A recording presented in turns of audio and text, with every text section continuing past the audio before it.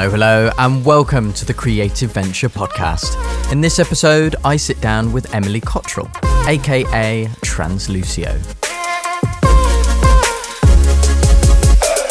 Emily is a personal branding photographer, working with musicians and content creators to amplify their voice through photography. Emily has created a business centered around human connection and providing genuine value. As a wise and introspective human, she tells us about some of the successes and challenges she's found setting up her own freelance business. On this episode, we discuss learning on the job, the importance of listening to your body, getting clients, and dealing with comparison. And I've been there, I've looked at my work and I've looked at all of the people I look up to, and I'm like, what would they think if they saw what I've just put out? Would they laugh it off? Would they think that I don't know what I'm doing? But the thing is, they don't care because they're just too busy doing their own thing. Yeah.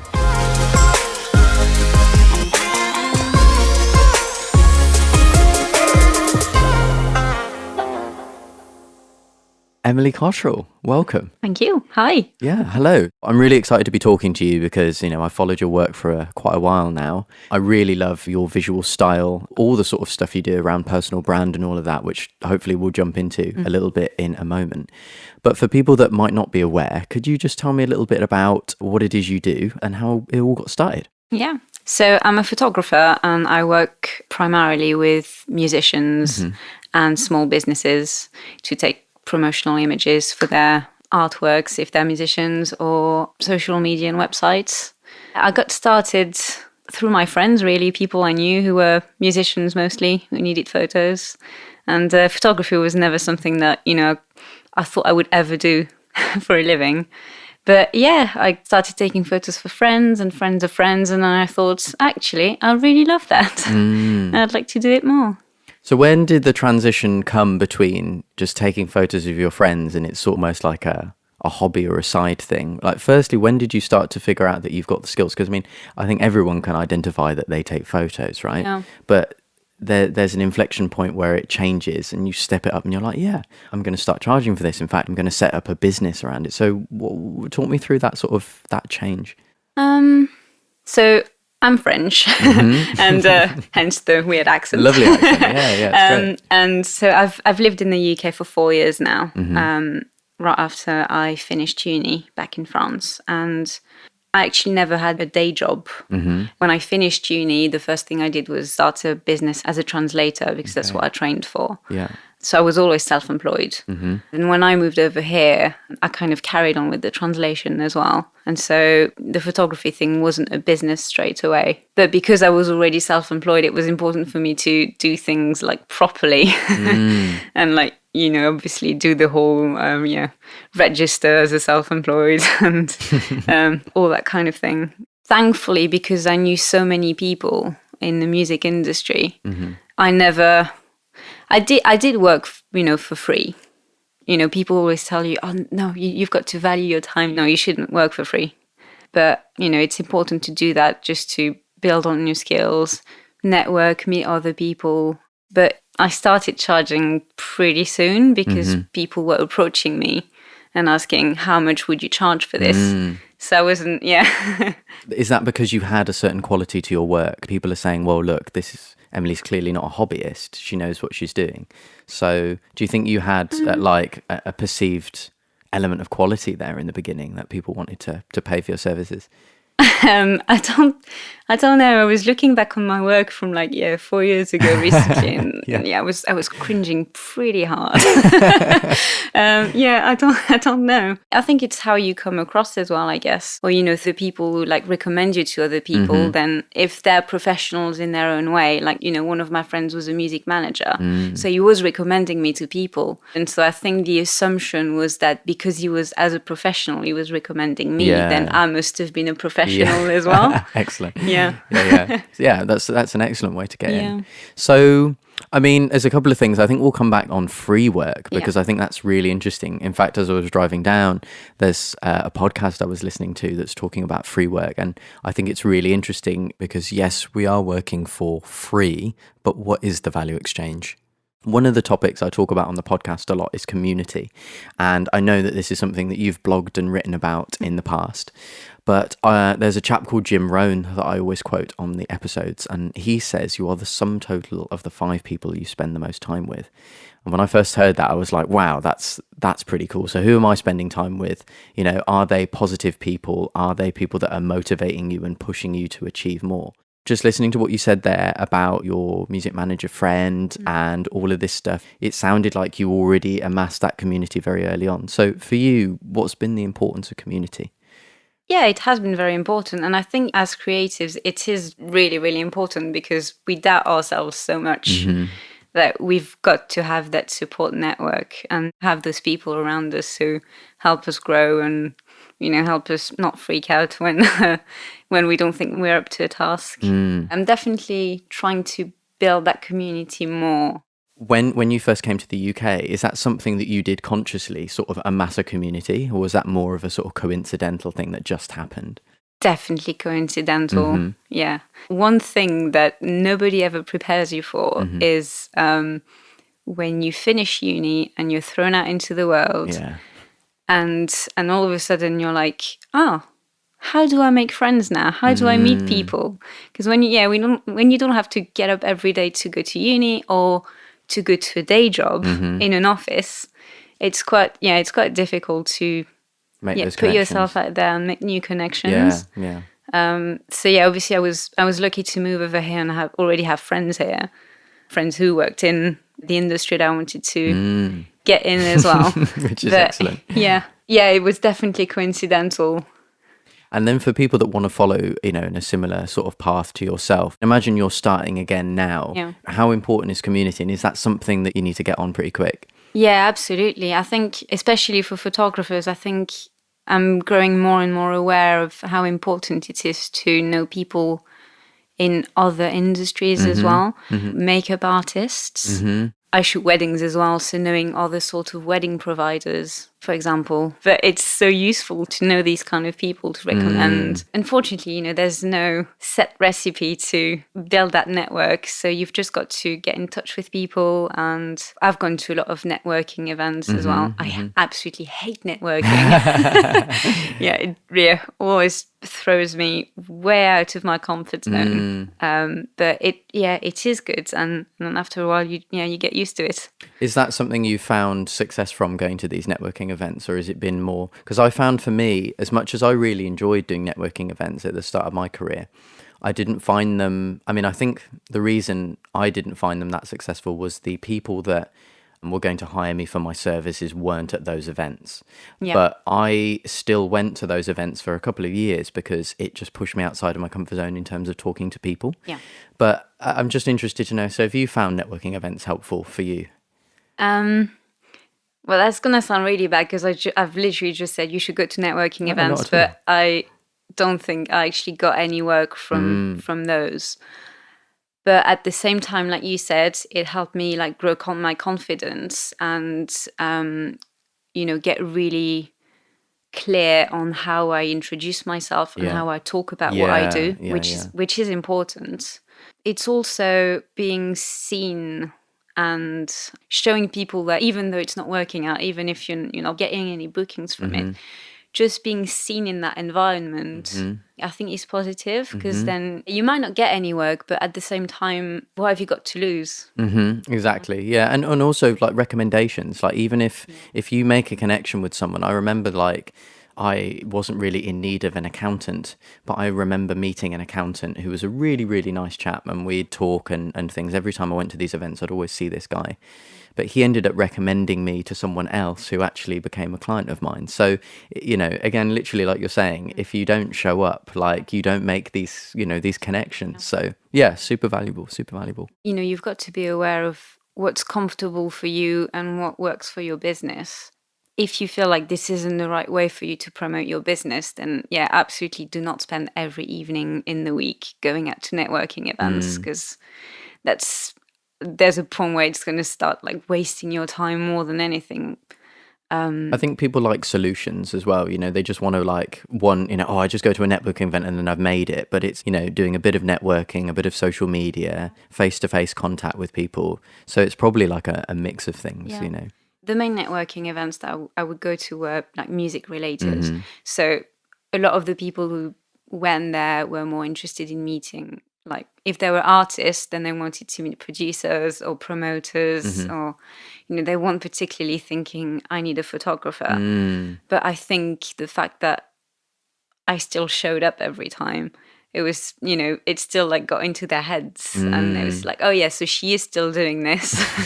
I can like take her business card and like keep it for when I actually need photos. We hear a lot about being consistent in our business, and I think, yeah, that is one way of doing it. So tell me also like how you went about learning all these skills, because I mean, even when you say you started as a translator, being self-employed, for a lot of people that's quite an intimidating step to make. Yeah. So in terms of becoming self-employed for the first time, learning those business skills and then also the photography skills, like how would you learn all this stuff? Yeah, I'm mostly self-taught in everything. Like I never learned photography properly.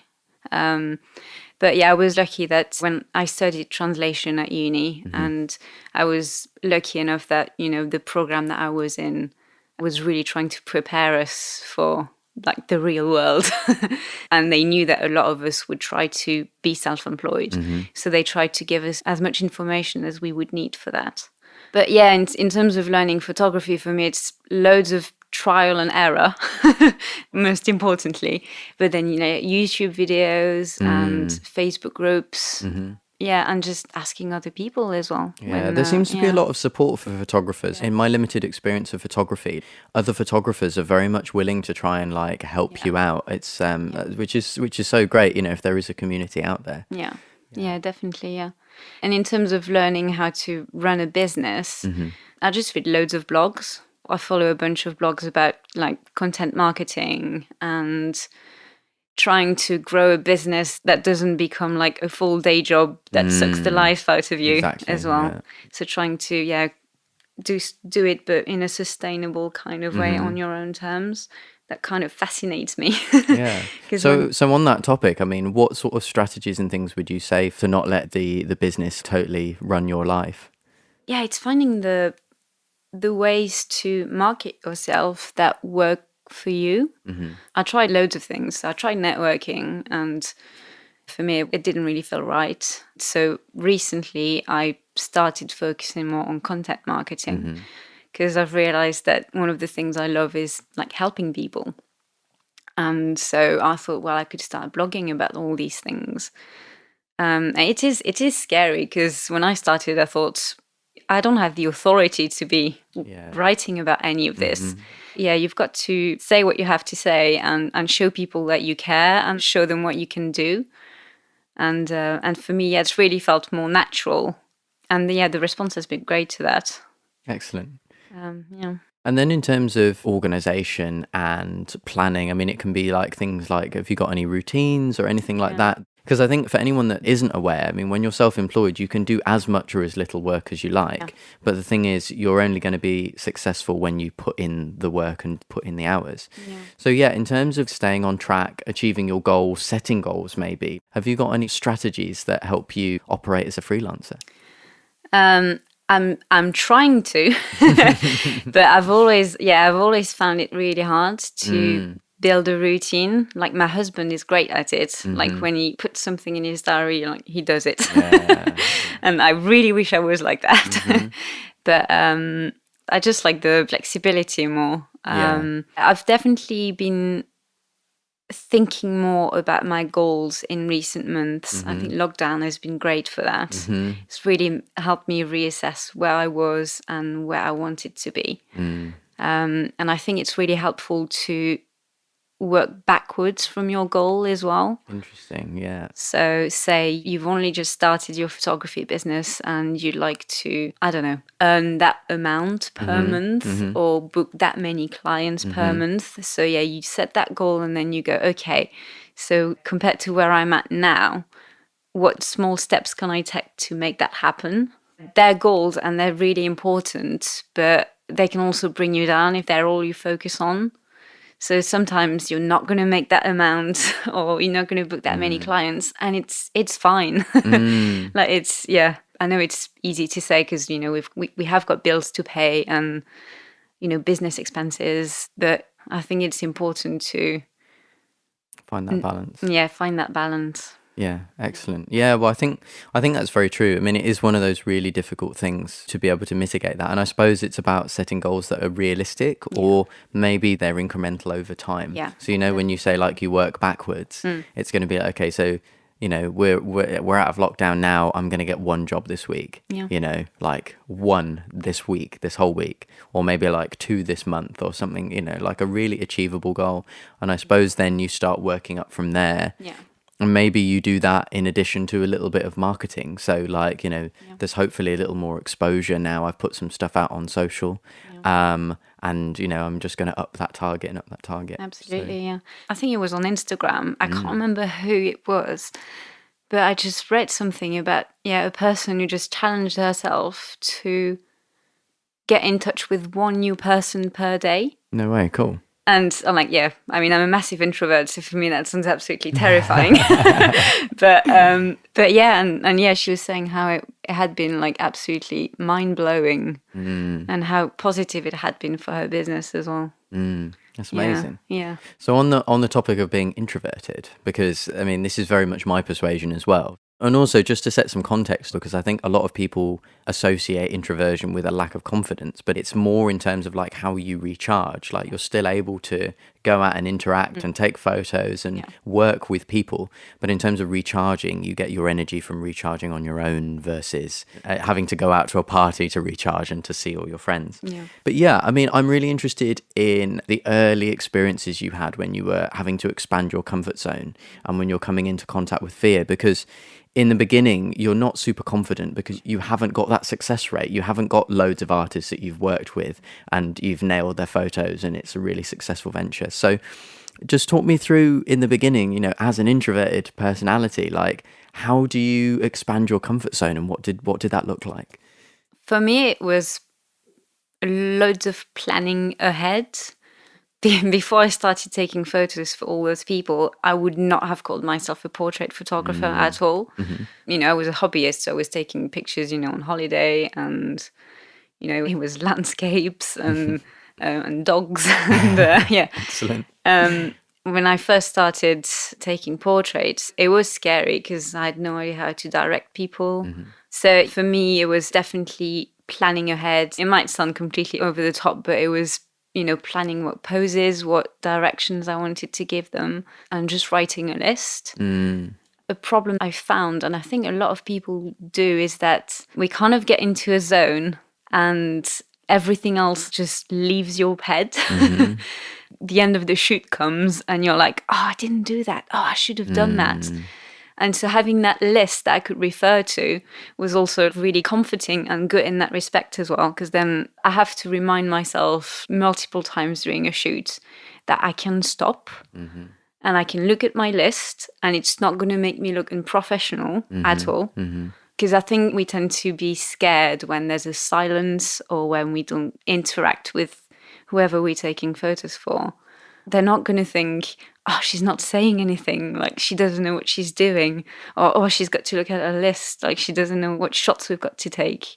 I think, you've got to remind yourself that it's okay to like pause and breathe, and that the other person is probably like, not even thinking about it because they're in front of your camera and they're feeling very uncomfortable anyway. Exactly. They're worrying about loads of other things. Yeah. It's just so easy to get stuck into our own heads, but I mean, one of the things that I really struggle with, I think, is that internal self-doubt. And when you're making a decision or you're making something, thinking, oh my God, this is no good, or, you know, just those classic voices in your head. Yeah. And I know that this is a topic that you've written about as well, in terms of your blogging. What are your thoughts on self-doubt? And I mean, is that something that you have to struggle with, that sort of like inner critic? And have you got any thoughts on like how to deal with that? Yeah, definitely something I struggle with. One thing that definitely helps with that is that support network. Just having those people who understand what you do and why it's important to you. Who can lift you up when you need it. I don't do it so much anymore, but there was a point where I would write down when I sent photos to people and like whatever they wrote back, if it was really positive. And I just had that long list of like, I don't want to say feedback. like, yeah, I was going to say compliments, but yeah, positive feedback is sounds a lot better. Yeah. And then when self-doubt just like creeps in and hits you in the face, you can just go back to that list and say, okay, no, I have done this before. And, people have been happy with what I've done for them, so I can do this. That's amazing. That's so cool. Yeah. I think, in terms of like advice, that's definitely a strategy I think a lot of people could use, because I think this is the thing, like people might not have confidence in themselves, but other people have confidence in them. Yeah. And if they can use that to then have confidence with themselves, because I think you need to be able to have confidence in your own abilities. If you don't, no one else will. So it's really important by any means necessary to try and hone that as a skill. So yeah, amazing. One of the things that creatives don't talk about too much is part-time jobs. And I think, definitely in my experience, I've had a part-time job. It's very necessary to be able to like build a business. It's a great way of meeting people and stuff. I'm just wondering, if you got any thoughts around part-time jobs and whether you think that that's something you'd recommend or if they're important to people. Yeah, well, I have a part-time job. Before lockdown, at least, I worked in a coffee shop. For me, I got into it mostly because I just wanted to get out of the house and meet people in my community. And that it's been absolutely amazing for that. I know it's scary to start your own business, and it's very rare that you can go full-time with it, like from the get-go. For me, it was definitely important to get a job that I could walk into, do the work, and then once my shift was finished, I could just go through the door and not think about it anymore and not take it home with me, because when you run your own business, everything is like revolves around that, and it's really hard to switch off. I needed something that I could switch off from very easily. I think that flexibility is something really important, because if it is a job like that, presumably there's not a huge amount of responsibility. And that's not a negative by any means, because if you can negotiate something like only working weekends or working particular days of the week, it means that you can transition into your business, you can prioritize your business. So that's something that's going to be really valuable. Yeah, absolutely. Yeah. And I think it's not something that we need to be ashamed of either. Like, I know it's tempting to want to show yourself online, someone who's doing their own thing full time, but I think we've got to be, more honest. And there's no shame in that at all. One of the things I'm trying to do with this podcast is sort of shine a light on that early experience, because I think the conversations that happen around these topics, success, motivation, all of this business, come from a select group of people that are doing really, really well, and they're just absolutely smashing it. And while that's really motivating to see those people have achieved their goals, I really want to talk to people, like yourself and like myself, that are in the process of trying to build something and to do something cool and to do something they love. So I think it's advice that's realistic, and it's trying to shine a light for people that, don't worry if you're not making enough money to do your thing full time. In the beginning, for me, to get into sound recording, you needed quite a lot of equipment just to turn up to do the jobs, which meant that if you needed £10,000-20,000 worth of kit, I needed a part-time job in order to buy the stuff just to be able to do my work. So again, if anyone's in that position where they are, needing to get part-time job, I think, Emily, you touched on a really important point that, there is no shame about that. It's like, what are your goals? What are you aiming for? And you've got to do whatever means necessary to get there. Yeah, absolutely. Yeah. One of the most difficult things for creatives is we always think that everything's got to go perfectly. We can't fail. Nothing can possibly go wrong. But there are going to be occasions where we just make mistakes, because that's part of learning. So I'm just interested to know, are there any times that you can see that you've maybe made a mistake, but it's a failure that's ultimately turned itself around and it's been a good learning experience? I'm a very cautious person. So if someone approached me for a job and I genuinely think I can't do this, like it's way above my skills, then I'd have no problem like recommending them to someone who would do a better job. But so one thing that I've started doing recently, in addition to photography, is I've started dabbling into video a little bit as well. Excellent, yeah. I think people are keen to take you up on the offer. And they don't realize that using a camera for photography and using one for video is Massive. it's a completely different thing. Yeah. And yes, I went into the studio with a band, and I was mainly there to take photos, but I thought I'll try shooting video as well. When the time came to edit, I wasn't particularly happy with how it looked. But again, like, I didn't really have that pressure. I was there for photos, so the video was like a complete bonus. Thing. Yeah.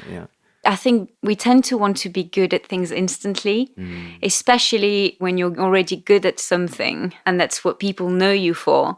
Then when you start dabbling into something else, you've got that expectation that you want to blow people's minds straight away, because otherwise they're going to think much less of you. Whereas it's not how it works at all.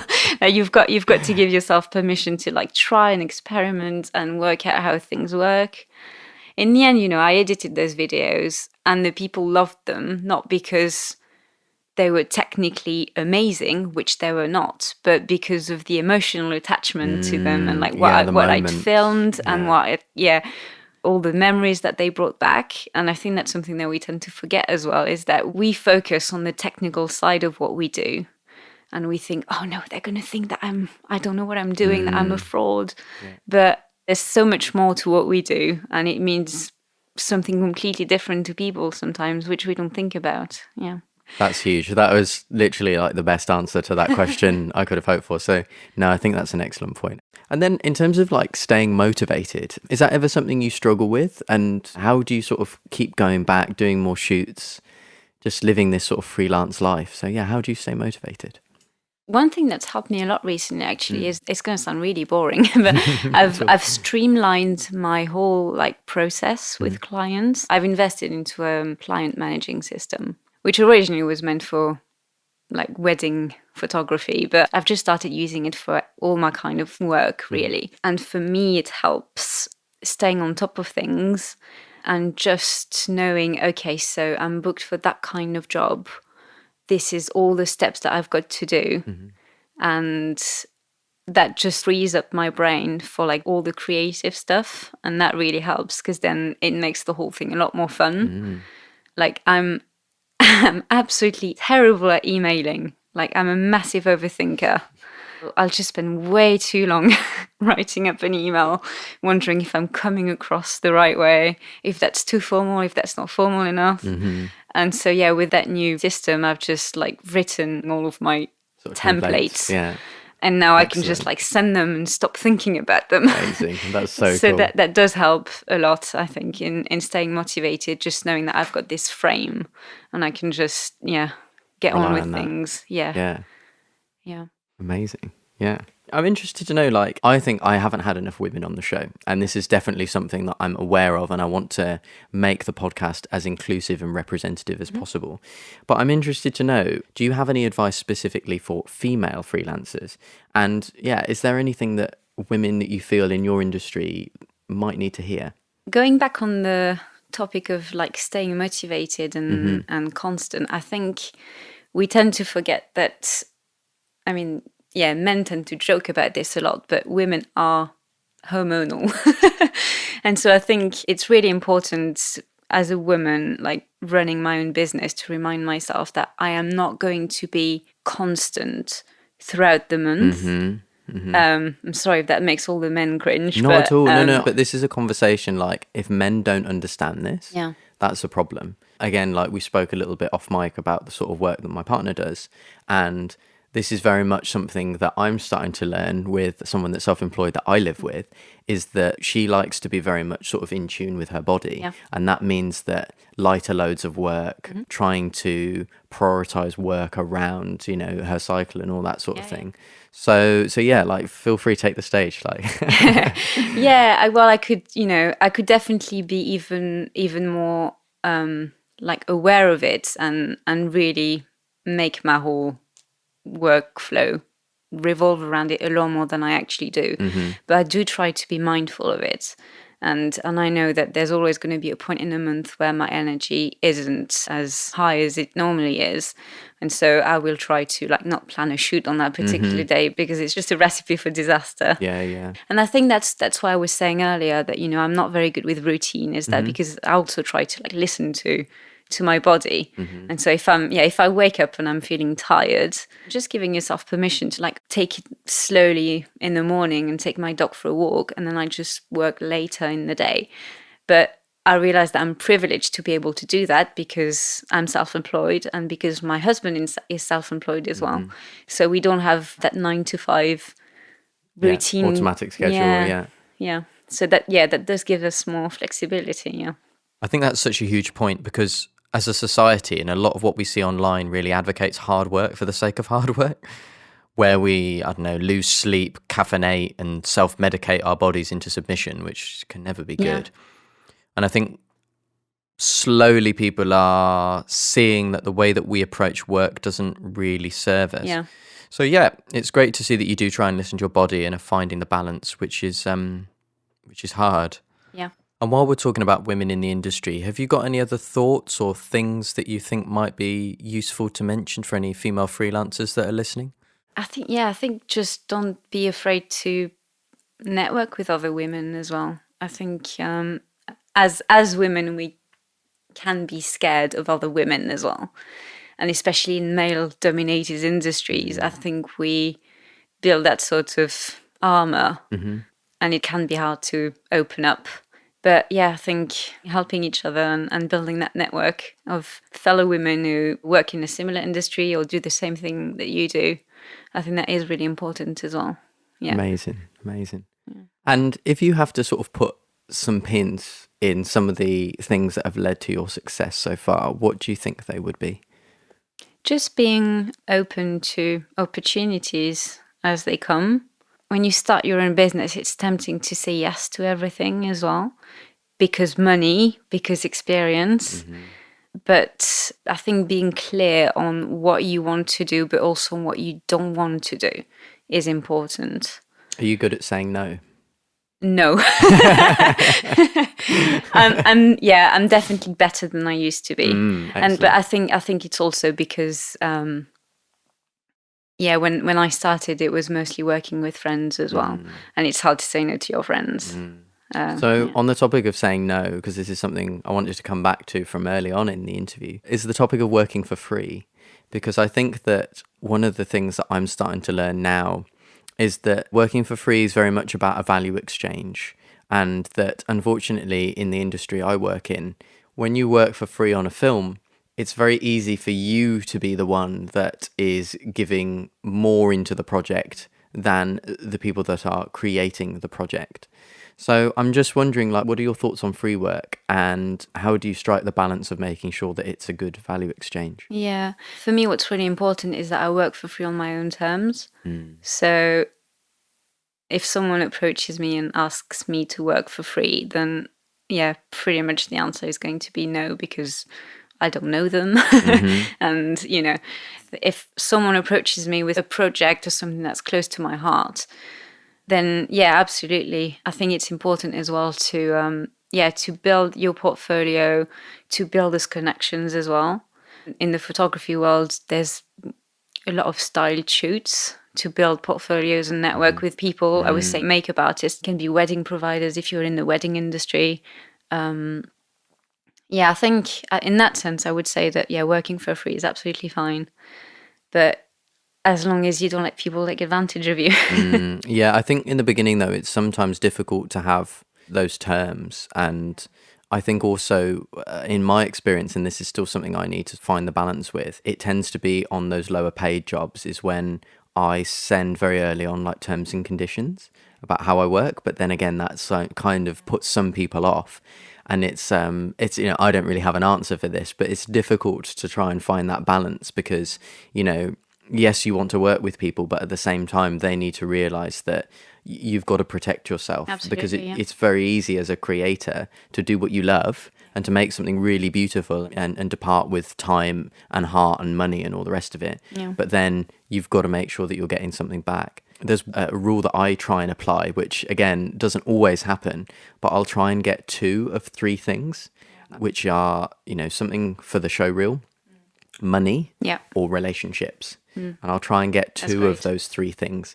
And then hopefully, it's going to be a reasonable value exchange, as in they might give you paid work in the future, or it might be a job that you do for free, but then you're shooting for a crazy magazine, or you're doing a big thing that's going to end up in the cinema, or something like that. So there's certain opportunities that might be worth doing, but again, I guess you've got to balance that value exchange. Yeah, that's a really good way of looking at it, actually. And I think it's also important to not get too affected by what other people are doing as well.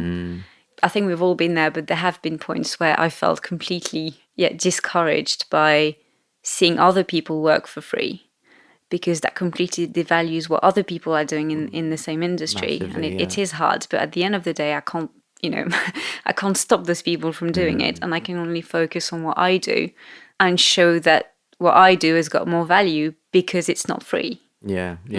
I think people need to understand, though, like, working for free is not necessarily something that's really simple, because I think it's like, oh, well, I just work for free and that all the stakes are gone, or the bar's lower, but it's something you need to think about doing in a responsible way. Because like you say, you can damage the reputation, especially like in a local area. But I think also that in the beginning, people start shopping for price. And then as you get better, they'll start, looking for quality. When you get even better, they'll start, looking for people that are going to develop like the personal style. They're like, I'm going to go to Translucia because I want one of her shots, which, you already have. You have clients that like love what you do, come back to you because you have a certain style. So I think what people need to realize about working for free is like, there is an element of responsibility, and where you want to get to is that you have a personal style and people are going to you because of your reputation and because of what you produce, Do you think that's fair? Oh yeah, absolutely, yeah. So when we talk about bringing value to people, like, what does that mean? Because from reading your work, it's like you're delivering more than just photographs. So tell me a little bit about that and how you bring value to people. I think because I was never thinking of photography as an actual job for me, like, when I was a teenager and I was picturing what I would be doing 10 years down the line, I've always been interested in doing more than just taking photos. A lot of people are absolutely amazing at photography and they think of it as an art, which I absolutely respect. And I think it is an art. But for me, it's not so much about the art, and it's more about what it does for people and how it helps them achieve what they want to be doing with their own projects. For me, it's definitely important to spend time getting to know the people who come to me and understanding what they're after. My husband's a music producer, so I absolutely love music. So that's why I love working with musicians. I love listening to their music and like coming up with ideas for their press shots or album artworks. I just like that connection. I think that's what I'm looking for, especially. I'm not interested in showing up and taking my camera, snapping a few photos, and then the job's done. I'm just really interested in developing that connection. A lot of the people that I work with, they're not models, they're not comfortable in front of a camera, and yes, a lot of photographers out there are absolutely amazing at just making people feel at ease with them instantly just because they crack a joke. Or again, it's the introvert versus extrovert dilemma, I think. But because I'm an introvert, then the way that I work best with people, if I actually take the time to get to know them a little bit and work out what's going to work for them. Amazing. Yeah. I mean, I think it demonstrates that your understanding of like the product and the purpose, the why, what's the shoot for, because you talk about, not to say that photography isn't an art form, but you're not just shooting photography in isolation. Yeah. It's not photography for photography's sake. It's photography for a purpose. Yeah. It's photography for the individual. And it's about, okay, how can we make this an experience that's going to like tick off your aims and things? So I think that's really impressive. Yeah, and I think for me, photography is storytelling as well. Like I love books, I love reading, I love stories, and so for me, it's really important to try and approach each project with, that question: what story are we trying to tell here? What are we trying to show people? Yeah. So if you have to think about one thing that matters and one thing that does not matter in photography or in life, just the greater theme of what we've been talking about, like what would you say? One thing that matters, one thing that doesn't. What doesn't matter is what gear you use. Like, yeah, I think we spend too much time thinking that if we buy that next lens or that new camera body that's got an insane amount of pixels, then yeah, our work is going to get better. But it doesn't. It does help. Like if you have a very clear idea of what you want to do and you're confident that you need that new gear to get where you want to be, then yeah, absolutely. But yeah, you probably don't need that new lens that you've been thinking about for 6 months. And in terms of what matters, I think just being real and connecting with the people that you're shooting for. Well, at least, yeah, for me, that's what's really important. That's massive, yeah. So what's the most valuable thing that you've learned so far? That other photographers do not care about what I do. It sounds really silly, but it's true. We spend so much time comparing ourselves to others. And I've been there. Like, I've looked at my work and I've looked at all of the people I look up to, and I'm like, what would they think if they saw what I've just put out? Would they laugh it off? Would they think that I don't know what I'm doing? But the thing is, they don't care because they're just too busy doing their own thing. Yeah, it's not for them. Yeah, it's not for them. It's absolutely not for them. Yeah. That's a solid answer, and it's often like made a lot more complicated with social as well, because we're constantly spoon-fed almost from the second you wake up, unless you're very disciplined, content that's often really, really good, but without all the context. We don't know the constraints of what they did have or didn't have, or how much money they had from their parents, or what job they're in, or what their personal circumstances are. We just don't know. So yeah, massive one. And then just to bring things to a bit of a close, just tell me a little bit about what the future holds for you. What are you working on? What's exciting you at the moment? I mentioned that I've been getting into what people call content marketing. So I've been blogging. Yeah, like you said, I've been sending newsletters. I've been a lot more intentional about what I write on Instagram, for example. And it was hard at first because it's always hard being vulnerable.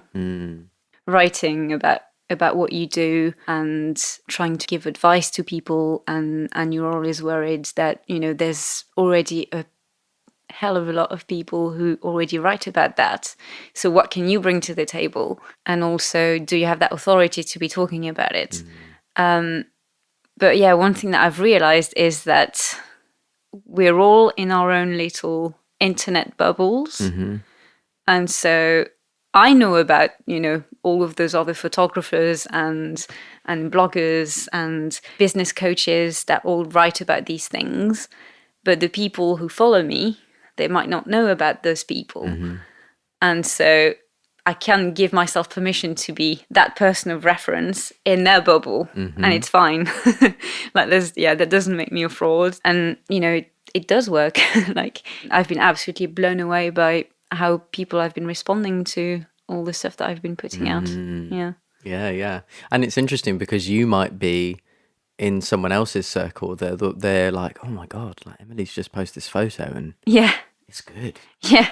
Oh my God, look at that swirly bokeh. That's, that's amazing. Yeah. And the thing is, we need to stop focusing on like the numbers as well. Just because someone doesn't like or doesn't comment on your stuff doesn't mean that they haven't seen it and that they haven't liked it. I've had exchanges with people who have never engaged with any of my stuff. Like, they've liked once in a while, they've been following me, but they haven't really engaged. But then once in a while, I'll just get a message from them saying, oh yeah, that's really helped me, or yeah, I've really loved what you've written there. And I was like, oh, I didn't know you actually read my stuff. So I think, if you enjoy what you're doing and if it feels right to you, then just do it. It really doesn't matter how many people like it or engage with it or share it. Just keep doing it. Yeah, do it for you. Yeah, amazing. Emily, thank you so much for your time. And for anyone that wants to find you online, where can they do that? I spend a lot of time on Instagram. My username is at Translucio, and website as well, translucio.co. And just remind people like what sort of work that you're available for. So photography that can help people grow their own presence online, really. Portraits, lifestyle photography, content for their social media pages and websites. Yeah, all that kind of stuff. Yeah, amazing. Guys, if you haven't already seen, you should definitely check out Emily's work. She's got an incredible personal style. I'm going to link all of her stuff down in the description, so be sure to check that out. But Emily, thank you so much for your time. It's been such a pleasure. Thanks for having me. Hey there, guys. How great is Emily? And if you enjoyed this episode, there are plenty more on the way. So, just as a quick update, the podcast is going to be coming out bi-weekly. This just gives me a little more time to make sure I'm delivering quality stuff on social and to get the best guests for you on the show. So I've got loads of stuff lined up, so make sure you follow The Creative Venture on Facebook and Instagram for all the latest as it happens. But yeah, guys, thank you so much for listening, and I will see you again on the Creative Venture podcast.